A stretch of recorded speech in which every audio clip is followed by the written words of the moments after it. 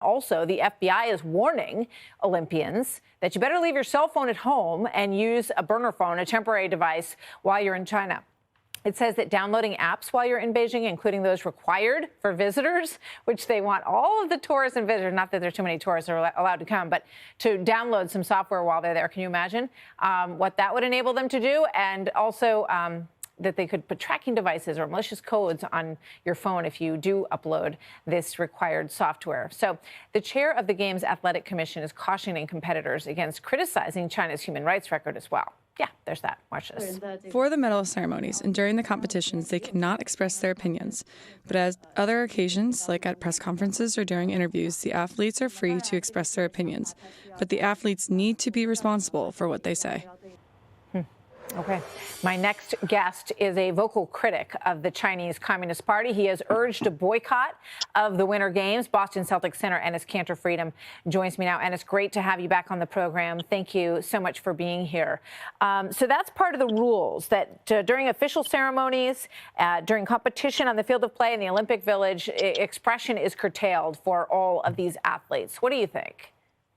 It's unbelievable. You know, the Team USA, FBI, they all warn their players and say, do not bring your personal phone, personal laptop, personal iPad, because China will tap into that and look at all the information that you have. It's unbelievable how these athletes are taking this risk and still going to these genocide games. It's unbelievable. I mean, I think it's pretty clear that, there's no doubt that, Chinese Communist Party will use these games for its own propaganda purposes.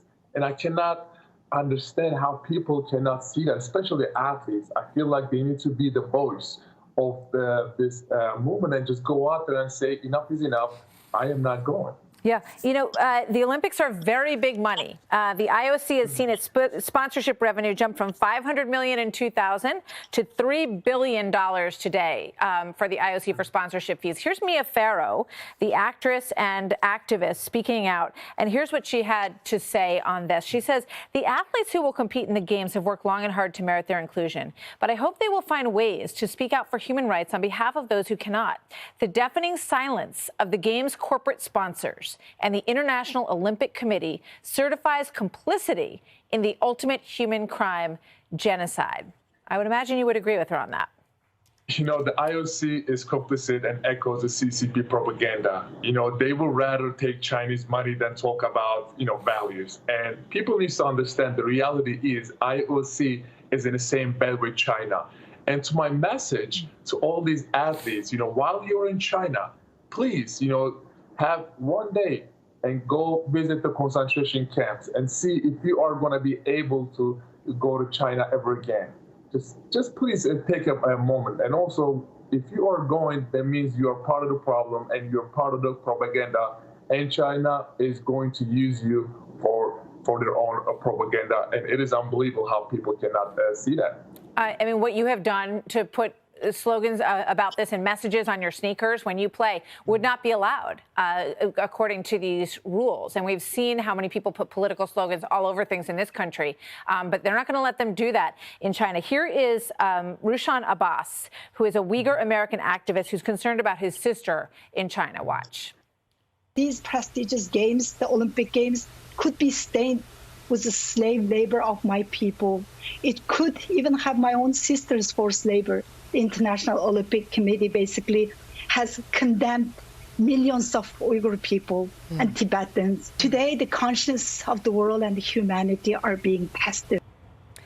So you say you'd like them to take the opportunity to try to see some of these camps. I mean, is that realistic? What do you think is a good way for our athletes to make their feelings known and not be in danger?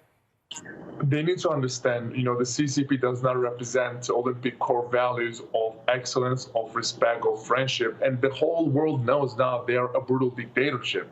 And the athletes need to understand that, they engage in censorship, they threaten freedoms, they do not respect human rights, they hide the truth. And while we are talking right now, there's a genocide happening. But I think other than the athletes, we need to call out these, corporate sponsors. I have the list here with me. Airbnb, Coca-Cola, Intel, Panasonic, Samsung, P&G, Toyota, Visa, and shame on them to just fund the games like genocide games, I will call it. And people need to educate themselves for sure. They need to understand. I call it the medal of shame.